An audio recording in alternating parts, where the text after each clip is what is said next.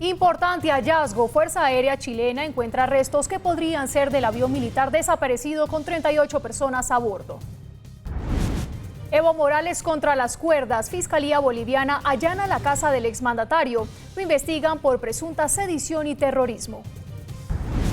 La activista climática Greta Thunberg fue elegida como la persona del año por la revista Time. Un día después del tiroteo en Nueva Jersey, confirman que el objetivo del ataque era el supermercado Kosher.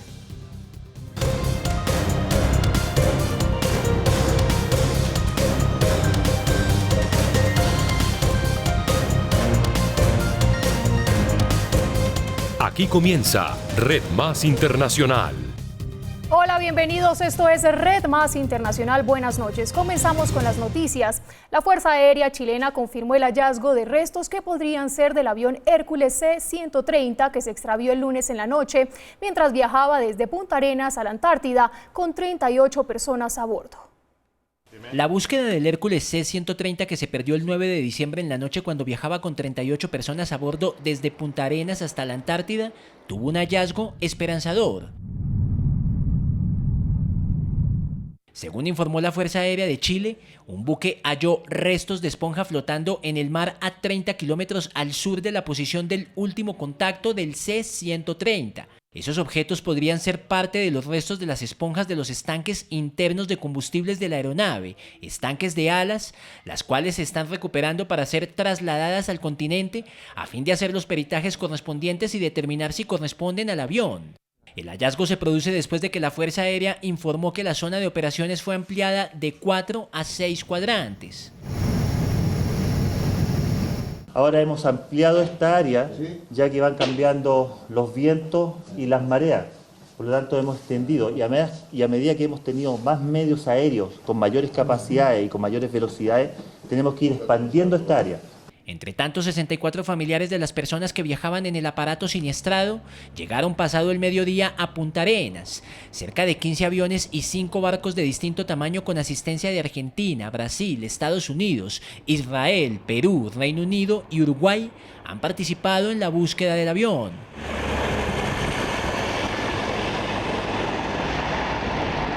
Todas las fuerzas aéreas y las fuerzas armadas, con ejército, armada, estamos colocando todo nuestro apoyo y nuestro esfuerzo para buscar el C-130 que está desaparecido. Aunque no se sabe cuáles fueron las causas de la presunta caída al mar, expertos aeronáuticos y militares consultados por medios chilenos están tejiendo las primeras hipótesis. La que más resuena es la de un posible apagón total del sistema eléctrico de la aeronave, lo que habría dejado a la tripulación sin apoyo instrumental y sin capacidad de enviar una señal de emergencia, lo que explicaría que haya desaparecido sin dejar rastro. La Fiscalía boliviana allanó la vivienda del expresidente Evo Morales como parte de una investigación por presunta sedición y terrorismo. Entre tanto, la Comisión Interamericana de Derechos Humanos pidió investigar las graves violaciones a los derechos humanos en ese país. El propio Evo Morales difundió en su cuenta de Twitter un video para denunciar el allanamiento a su vivienda en La Paz. El ex jefe de Estado, quien renunció a la presidencia el 10 de noviembre de este año tras la presión de los militares y de que la OEA confirmara irregularidades en las elecciones del 20 de octubre, calificó el hecho como muestra de abuso por parte del gobierno interino de Jeanine Áñez. Entre tanto, la Comisión Interamericana de los Derechos Humanos concluyó que hubo graves violaciones durante la crisis política y social que desató en el país. El organismo recomendó la creación de un grupo internacional de expertos independientes con garantías de autonomía para asegurar el derecho a la verdad e identificar debidamente a los responsables. Durante su visita a Bolivia, una delegación de la CIDH constató que las protestas que iniciaron en octubre dejaron como saldo la muerte de más de 30 personas, más de 800 resultaron heridas y al menos 360 fueron detenidas.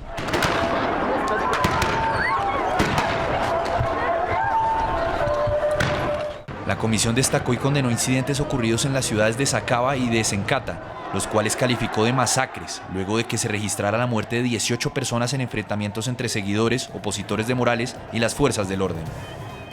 Volvemos con información sobre el avión de Chile porque hace pocos minutos el gobierno de Brasil hizo un anuncio muy importante sobre la búsqueda del avión. Vamos en directo con Alexander Gómez para que nos amplíe la información. Alex, buenas noches. Buenas noches. Lo último tiene que ver con un mensaje que publicó hace pocos minutos el presidente Jair Bolsonaro, informando que un barco brasileño que participaba en la búsqueda de este avión que se perdió el pasado lunes con 38 personas a bordo, encontró objetos personales y restos compatibles con la aeronave. Dice Jair Bolsonaro en un mensaje que publicó en su cuenta en Twitter que el Ministerio de Defensa reveló que el navío polar Almirante Maximiliano de la Armada de Brasil recogió alrededor de las 15:45 horas objetos personales y restos compatibles con la aeronave Hércules C-130 de la Fuerza Aérea de Chile, que estaba desaparecida desde la madrugada del martes. Esto fue lo que publicó hace pocos minutos el mandatario brasileño en su cuenta en Twitter, pero realmente recordemos que la aeronave se perdió el lunes en horas de la noche cuando se desplazaba desde la base de Punta Arenas, esto en territorio chileno, hacia la Antártida para realizar labores logísticas. Nosotros seguiremos muy atentos al desarrollo de esta importante noticia que se produce en América Latina. Es información con Alexander Gómez para Red Más Internacional. Alex, gracias por toda la información. La captura en Estados Unidos del ex jefe de inteligencia del expresidente de México, Felipe Calderón, desató un escándalo en ese país. La captura de Genaro García Luna, exsecretario de Seguridad Pública durante el gobierno de Felipe Calderón, se produjo el 10 de diciembre en Estados Unidos. El presidente Andrés Manuel López Obrador habló sobre este tema en las últimas horas. Yo no quiero que se piense que nosotros estamos aprovechando esta circunstancia para atacar a Calderón, al expresidente Calderón, aún con todo el daño que nos hizo, no solo a mí, al país, porque todo esto comenzó, no hay que olvidarlo, con el fraude electoral. Sin embargo, nosotros no odiamos, nosotros no tenemos enemigos ni queremos tenerlos, tenemos adversarios y no le deseamos mal a nadie. Y yo no hago leña del árbol caído. La misma Corte de Brooklyn, que llevó el juicio de Joaquín El Chapo Guzmán y lo sentenció a cadena perpetua, es la que acusa a García Luna de corrupción y vínculos con el cartel de Sinaloa. Y un nuevo caso evidencia la crisis en el sector salud en Venezuela. Un hospital en Caracas lleva 2 semanas sin ascensores. Desde entonces, trabajadores, pacientes y familiares deben subir a pie los 13 pisos que conforman el edificio. Incluso algunos cadáveres no han podido ser trasladados a la morgue del centro asistencial. Hasta el pasado 24 de noviembre, uno de los 2 elevadores que estaba operativo en el Hospital Miguel Pérez Carreño, ubicado en el oeste de Caracas, funcionó. Desde esa fecha, pacientes, familiares y personal médico han tenido que movilizarse a pie por los 13 pisos del edificio para ser atendidos. Algunos han tenido que amarrarse con cadenas a las sillas para protestar por el abandono en el que se encuentra el centro asistencial. En algunos videos subidos a las redes sociales se puede ver el mal estado en que se encuentran los colchones de las camillas. Las madres de los pacientes deben usar talcos para disipar el olor fétido.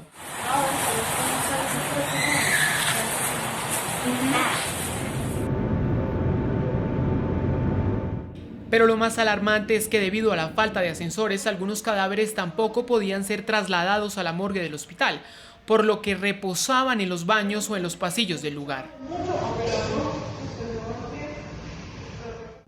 A la falla en los elevadores se suma que desde hace un mes cerraron los quirófanos por un desperfecto en el sistema de aires acondicionados y el progresivo colapso de las camas. Nicolás Maduro acusó a Colombia de exagerar las cifras sobre migrantes venezolanos para robar al mundo. Pese a que en Colombia hay más de 1.400.000 venezolanos según cifras oficiales recientes, Nicolás Maduro entregó otros datos sobre este fenómeno y además los criticó.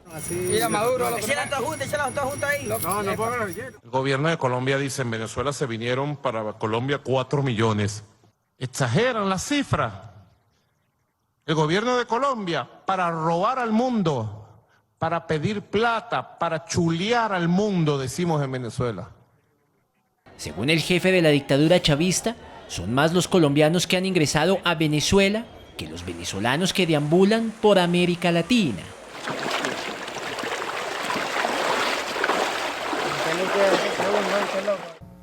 Colombianos tenemos en Venezuela, 6 millones de colombianos, nosotros sí podemos demostrarlo.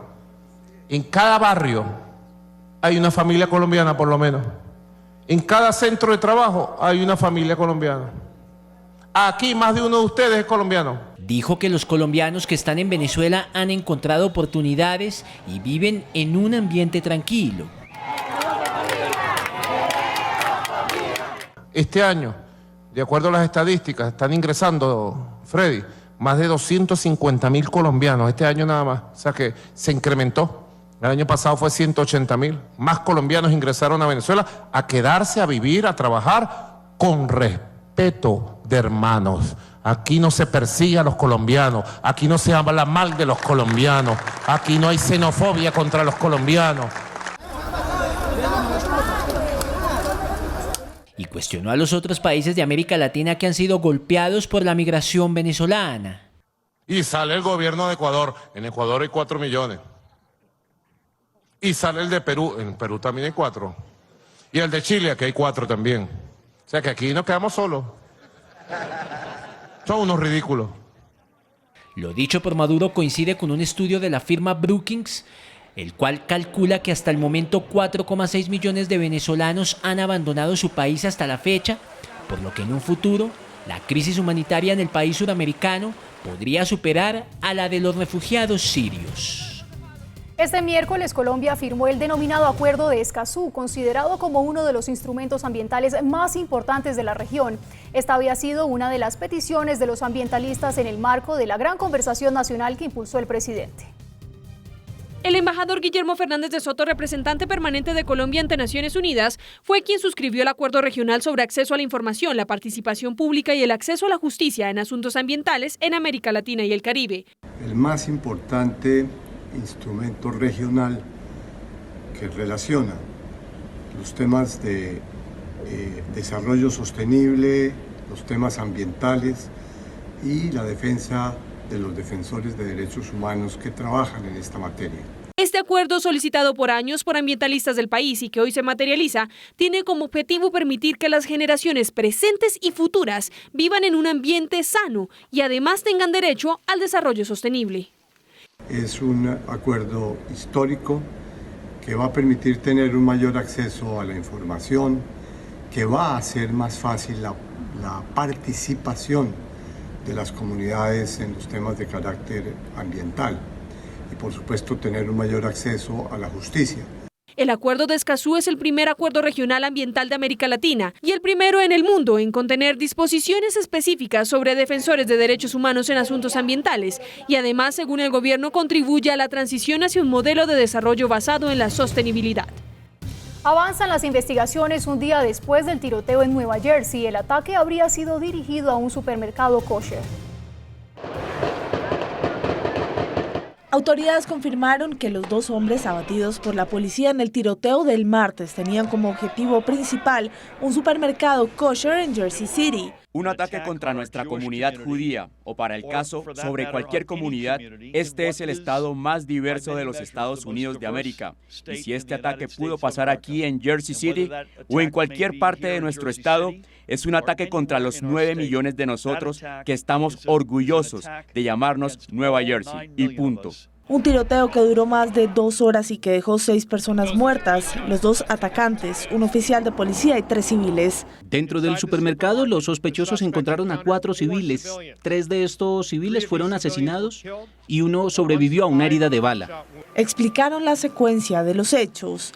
El señor Anderson salió de la puerta del conductor con un rifle en la mano, caminó hacia el supermercado Kosher e inmediatamente empezó a disparar. La señora Graham, pasajera en la camioneta, siguió al señor Anderson a la tienda.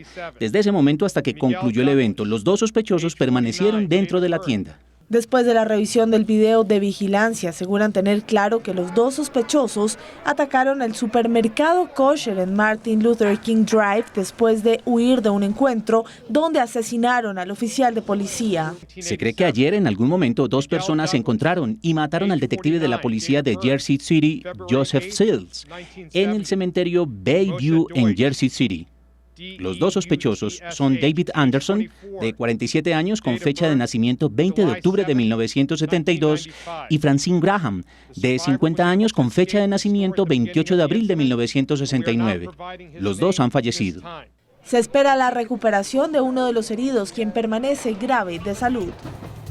Y desde la Casa Blanca, el presidente Donald Trump, quien recibió a líderes de la comunidad judía para darle la bienvenida a la fiesta de los milagros Hanukkah, envió sus condolencias a los familiares de las víctimas del ataque contra un supermercado kosher en Nueva Jersey.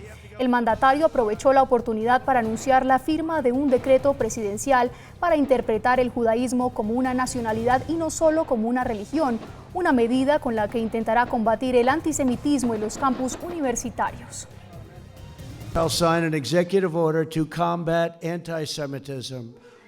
Firmaré una orden ejecutiva para combatir el antisemitismo. Esta acción deja claro que el título 6 de la Ley de Derechos Civiles, la cual prohíbe el financiamiento federal de universidades y otras instituciones que se dedican a la discriminación, se aplique a las instituciones que promueven el antisemitismo. Un juez federal bloqueó los fondos destinados a la construcción del muro fronterizo con México. El juez de California ordenó bloquear $3.600 millones que habían sido destinados por el mandatario. Se trata de un nuevo revés para Trump que dificulta su promesa bandera de campaña. Es el segundo juez en menos de 24 horas que decide bloquear los fondos militares para construir el muro fronterizo. A 9 aumentó la cifra de víctimas mortales tras la erupción del volcán en Nueva Zelanda. Con el paso de las horas bajan las posibilidades de encontrar a los desaparecidos y autoridades advierten que aún es muy peligroso para poder recuperar cuerpos. Autoridades explican que es un riesgo permitir el envío de socorristas a la zona. Aún hay 9 personas consideradas oficialmente como desaparecidas en la zona turística de White Island. Se conoció que 7 de ellos son australianos y 2 de Nueva Zelanda. La policía también confirmó que ya está la lista definitiva de personas hospitalizadas, pero sus nombres no serán revelados por motivos de seguridad, y dudan que puedan encontrar más sobrevivientes después de la sorpresiva erupción del volcán en la isla deshabitada y muy apetecida para excursiones cortas para turistas. Según el Ministerio de Sanidad, los 22 sobrevivientes hospitalizados presentan graves quemaduras y están en estado crítico. En el momento de la erupción salió vapor recalentado, cenizas y rocas como una bala de cañón a alta velocidad. Han explicado además que las heridas han sido tan graves que ha habido casos en los que es muy difícil identificar a las víctimas. Cuando hizo erupción el volcán había 47 personas en la isla, turistas de Australia, Estados Unidos, Reino Unido, China, Alemania, Malasia y Nueva Zelanda. Gracias por continuar con nosotros. La joven activista climática Greta Thunberg recibió el reconocimiento a Personalidad del año 2019 por parte de la revista Time. Desde una solitaria protesta frente al Parlamento sueco hasta recibir el premio a Personalidad del año de la revista Time. El camino de la joven activista Greta Thunberg ha impresionado a millones. El poder de la juventud es el título que le otorgó la revista a la publicación.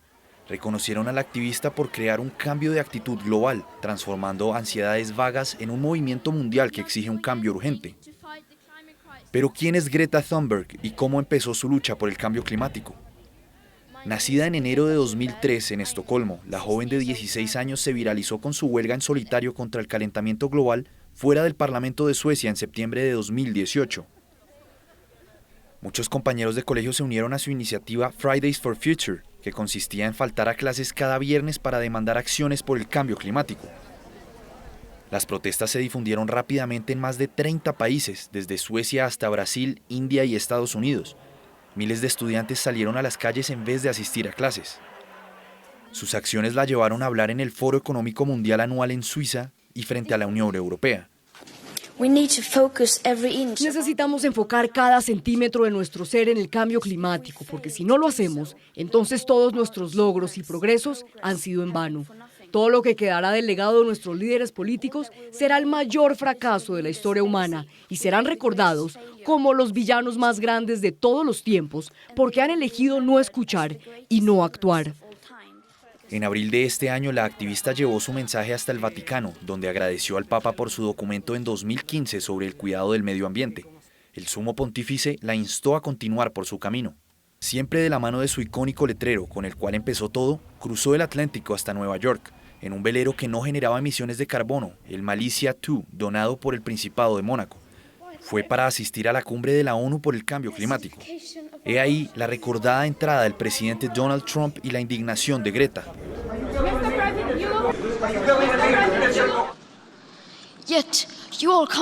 Todo está mal. No debería estar aquí arriba, debería estar de regreso en el colegio del otro lado del océano. Sin embargo, todos ustedes vienen a nosotros jóvenes con esperanza. ¿Cómo se atreven? Han robado mis sueños y mi infancia con sus palabras vacías. La gente está sufriendo, la gente está muriendo y ecosistemas enteros están colapsando. Estamos en el comienzo de una extinción masiva y de lo único que pueden hablar es de dinero y cuentos de hadas del crecimiento económico eterno. ¿Cómo se atreven? La adolescente sueca se convirtió en la portavoz de una generación atormentada por la emergencia climática. Ha promulgado el mensaje de escuchar a los científicos por todo el mundo.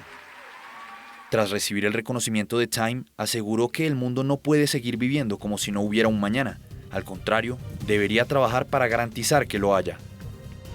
Hay protestas en Australia. Más de 20.000 personas exigen al gobierno tomar medidas urgentes contra el cambio climático en medio de los incendios que no han logrado extinguir. Sydney sigue envuelta por una niebla de humo tóxico como consecuencia de los cientos de incendios en el este de Australia.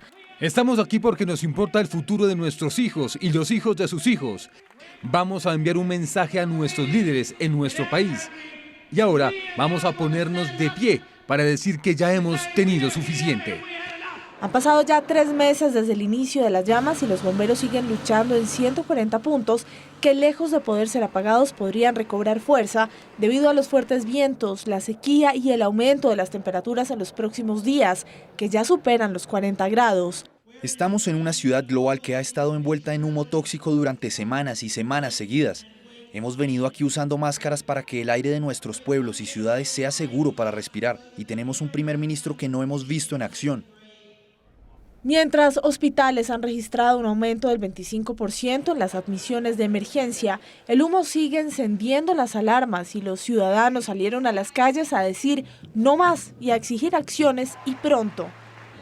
El gobierno lo tapa para que no sea tan malo como parece, pero este año ha sido peor que cualquier otro año que pueda recordar. Manifestantes piden acciones por parte del gobierno, mientras los científicos creen que este año fue particularmente difícil por la sequía prolongada y el calentamiento global. Me encantaría que el gobierno pusiera en práctica políticas que puedan ayudar al cambio climático. Me encantaría que escuchen a los científicos, la ciencia está ahí afuera. Siento que nos miran a los ojos, pero nadie nos está escuchando, nadie está haciendo nada y es hora de que se haga un cambio. Reclaman y expresan su inconformidad por el que denominan silencio del gobierno ante la crisis. La Unión Europea presentó su Plan Verde para liderar la lucha contra la emergencia climática. El objetivo, eliminar la emisión de dióxido de carbono para el 2050. Today is the start of a journey. But this is Europe's man on the moon moment. Con esta frase, la presidenta de la Comisión Europea, Ursula von der Leyen, presentó el Green Deal o Pacto Verde, con el que busca transformar la Unión Europea en un bloque climáticamente neutro para el 2050. El Pacto Verde Europeo se trata, por un lado, de reducir las emisiones, pero por otro lado, de crear empleos e impulsar la innovación.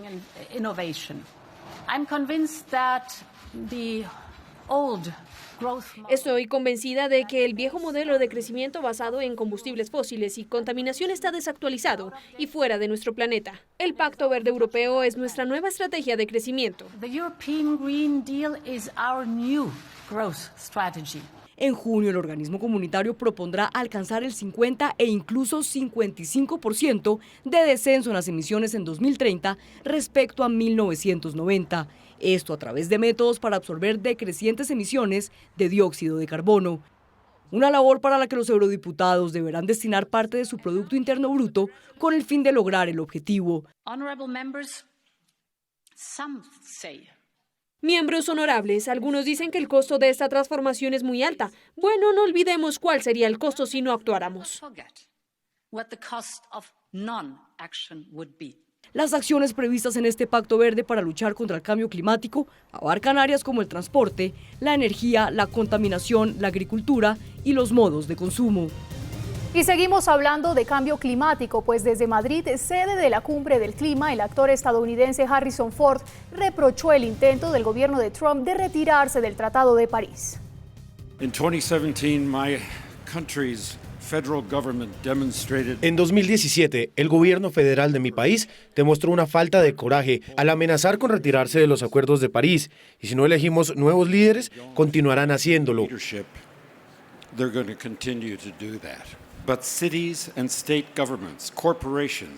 Pero las ciudades y los gobiernos estatales, las corporaciones, los elementos de la sociedad civil se comprometieron para lograr los objetivos de París. Aceptaron la responsabilidad que nuestro gobierno federal estaba decidido a evitar, demostraron coraje. El jefe de gobierno español, Pedro Sánchez, recibió el encargo del rey Felipe VI para formar gobierno. Tras 2 días de conversaciones a puerta cerrada con cada uno de los líderes de los partidos políticos españoles, el monarca español eligió a Sánchez para la tarea. Pese a que el PSOE logró la mayoría de los escaños en el Parlamento, perdió 10 de sus sillas que fueron ocupadas por el Vox, partido de ultraderecha. Sánchez, que ya cuenta con el apoyo de Podemos, espera lograr coalición con otros partidos políticos y lograr así la mayoría absoluta. El primer ministro de Francia presentó el plan de reforma pensional que no cayó bien a los ciudadanos, que anunciaron seguirán protestando en las calles de París hasta ser escuchados por el gobierno de Emmanuel Macron. 7 días llevan en las calles cientos de miles de manifestantes que exigen al gobierno francés reversar la reforma pensional anunciada.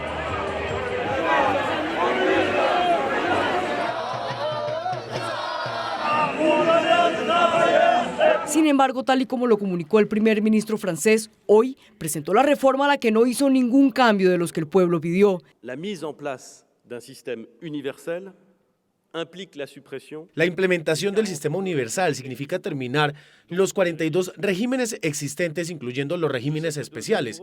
Sé que empleados de las compañías ferroviarias, del metro y del bus desafían este objetivo, pero está en el corazón del proyecto. El proyecto presidencial aprobado por las elecciones de 2017. Presidencial, validé au moment de l'élection en 2017. Philippe se dirigió a los manifestantes y les dijo que aunque posiblemente no estarán de acuerdo con algunos puntos, la ambición del gobierno es la justicia social, un plan que no pretende abandonar a sus ciudadanos, sino proteger a los trabajadores y pensionados de hoy y del futuro. Respecto a la edad de jubilación, aseguró que retirarse a los 62 años seguirá siendo legal, pero quien lo haga perderá un porcentaje en su pensión. Nous maintiendrons l'âge minimal de départ à la retraite. Mantendremos la mínima edad para retirarse en 62 años. La edad legal que permite retirarse a los 62 años no cambiará. Es un principio de libertad al que nos gustaría mantenernos fieles al permitir a cada uno la posibilidad de jubilarse a partir de los 62 años si su carrera profesional les permite o los alienta a hacerlo, pero sin obligarlos. Tendremos que pedirle al pueblo francés que trabaje más tiempo. Nous allons devoir inciter les Français à travailler plus longtemps. Este, quizás el punto más álgido de la reforma pensional propuesta por el gobierno de Macron, no solo despertó la furia y el descontento de los ciudadanos, sino también las críticas de la oposición. Por culpa de su proyecto se degradan las pensiones. El pueblo francés deberá trabajar más hasta los 64 años y recibirá menos pensión. La gran apuesta del gobierno francés, determinar un mínimo de pensión para quienes cumplan los requisitos. Nous garantirons une pension minimale. Garantizaremos una pensión mínima de 1.000 euros netos por un mes para un salario mínimo profesional completo. Será una revolución social que seguirá siendo una victoria, especialmente para los agricultores, artesanos y pequeñas empresas. Les artisans, les commerçants. Con esta propuesta, el gobierno francés le dio la bienvenida a lo que ellos llaman un sistema universal de pensiones, en donde proponen un pacto entre generaciones sobre el principio de solidaridad de los trabajadores. Una reforma pensional que no gustó al pueblo francés, que aseguró seguirá en las calles de París exigiendo un cambio.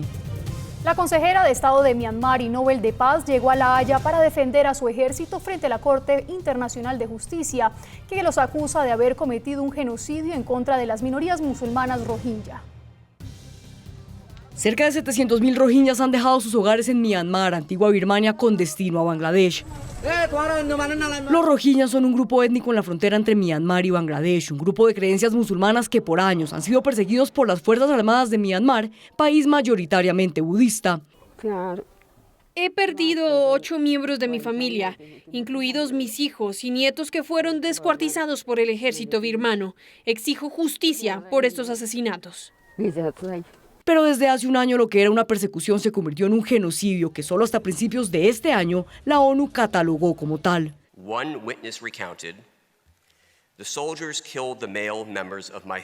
Un testigo dijo: los soldados mataron a los hombres de mi familia. Primero les dispararon y luego los degollaron. El jardín estaba lleno de sangre. Mataron a mi esposa, mi suegro y mis 2 sobrinos de 15 y 18 años. Incluso mataron al niño de la misma forma.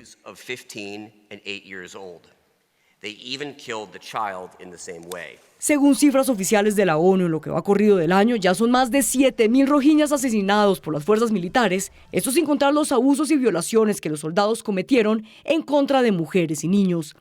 Sin embargo, la asesora de Estado de Myanmar y Nobel de Paz, pese a que en 2017 condenó todas las violaciones de los derechos humanos y la violencia ilegal, viajó a La Haya a defender a su ejército, del que dice está librando una guerra civil. Claramente, bajo las circunstancias, la intención genocida no puede ser la única hipótesis. Según la Constitución de 2008, Myanmar tiene un sistema de justicia militar. Los casos penales contra soldados u oficiales por posibles crímenes de guerra deben ser investigados y procesados por el sistema. Ante La Haya, militares de altos mandos deberán responder por un genocidio intencional del que la Corte Internacional de Justicia los acusa. Una petición hecha por el gobierno de Gambia, principal pueblo afectado en este genocidio. La consejera de Estado de Myanmar es la principal acusada en este caso en La Haya y estamos felices de que estén tomando acciones en su contra. Queremos justicia total. Estamos agradecidos con Gambia por presentar el caso. También lo estamos con los otros países que apoyaron el caso. Aung San Suu Kyi atribuye el éxodo masivo de rohingyas al conflicto interno de lucha contra el terrorismo en su país, ignorando los testimonios de esta minoría musulmana que asegura que a su pueblo lo están desapareciendo. Decenas de personas salieron a las calles en India para manifestar su descontento con un proyecto de ley aprobado por la Cámara Baja del Parlamento. Se presentaron numerosas protestas en India. En principio, pocos ciudadanos intentaron bloquear calles incendiando llantas para manifestar su descontento con un proyecto de ley que otorgaría la ciudadanía a las minorías no musulmanas de 3 países vecinos, Bangladesh, Pakistán y Afganistán, que llegaron a la India antes de 2015. Tiendas, negocios, instituciones educativas y financieras permanecieron cerradas durante el día, mientras el transporte público se mantuvo fuera de servicio. Esta es nuestra tierra, hemos sido convertidos de mayoría a minoría en nuestra propia tierra. Ahora solo hay un 31% de la población que pertenece a nuestra comunidad, aquí debido a la afluencia constante de inmigrantes ilegales. No queremos simplemente entregar nuestra tierra de esta manera a nadie, por eso nos oponemos al proyecto de ley de enmienda ciudadana. El proyecto fue presentado originalmente en 2016 durante el primer mandato del gobierno del primer ministro Narendra Modi, pero expiró después de masivas protestas y el retiro de un socio de la alianza. Luego de pasar por la Cámara Baja del Parlamento, donde el partido de Modi es mayoría, el proyecto debe ser aprobado por la Cámara Alta antes de convertirse en ley, donde el partido gobernante podría no tener suficientes votos para su aprobación. Momento de conocer otros hechos que han sido noticia en el mundo aquí en Red Más Internacional. Un muerto y más de 80 heridos fue el resultado de un atentado con 2 carros bomba a las afueras de la base militar estadounidense más grande en territorio afgano. La explosión permitió a terroristas talibanes entrar al complejo militar y disparar contra soldados estadounidenses. 10 muertos dejó el ataque terrorista ejecutado por el grupo yihadista Al-Shabaab en un hotel de Somalia. Los terroristas burlaron la seguridad del lugar al ir disfrazados de policías. Decenas de ciclistas se reunieron en Budapest para dar alimentos a personas sin hogar. Más de 4.000 sándwiches fueron repartidos en la ciudad. Se hacen llamar Budapest Bike Mafia, una organización voluntaria que reúne personas apasionadas por el ciclismo y que quieran ayudar a los más necesitados en épocas navideñas. Cuentan con más de 150 voluntarios en Budapest y decenas más en otras ciudades húngaras. Unos 40 soldados habrían llegado a Canaima, Venezuela, con uniformes de la Fuerza Armada Nacional Bolivariana, según denunció la periodista Mariana Reyes. La comitiva había arribado al Parque Nacional en el estado Bolívar supuestamente para hacer un estudio del espacio aéreo. 6 personas resultaron heridas este miércoles al descarrilarse un tren en la estación Plaza Venezuela del metro de Caracas. El incidente ha ocurrido a primera hora de la mañana y provocó trastornos en varias líneas. Un fuerte incendio arrasó con las instalaciones de una planta química a las afueras de Barcelona. La brigada de bomberos desplegó 28 equipos para intentar sofocar las llamas en la planta que recicla solventes industriales. La policía aconsejó a las personas en el área que permanecieran en casa para evitar inhalar el humo del fuego y evacuó a todos dentro de un radio de 500 metros. 6 equipos médicos de emergencia fueron enviados al sitio, aunque no se reportaron heridos. Despegó en Vancouver el primer avión comercial totalmente eléctrico en el mundo. Se trata del hidroavión con capacidad para 6 personas que hizo su vuelo de prueba con una duración de 15 minutos. Continuamos con más información. La petrolera saudí Aramco, la mayor productora de gasolina del mundo, se estrenó en la bolsa con una subida del 10%. Con este aumento, la valorización de la empresa se eleva hasta 1,9 billones de dólares. Hace casi 4 años, el príncipe heredero saudí Mohammed bin Salman desveló por primera vez su plan de sacar al mercado una pequeña parte del gigante público, el 1,5% del capital de Aramco, un minúsculo porcentaje que hoy rozó los 28.000 millones de dólares.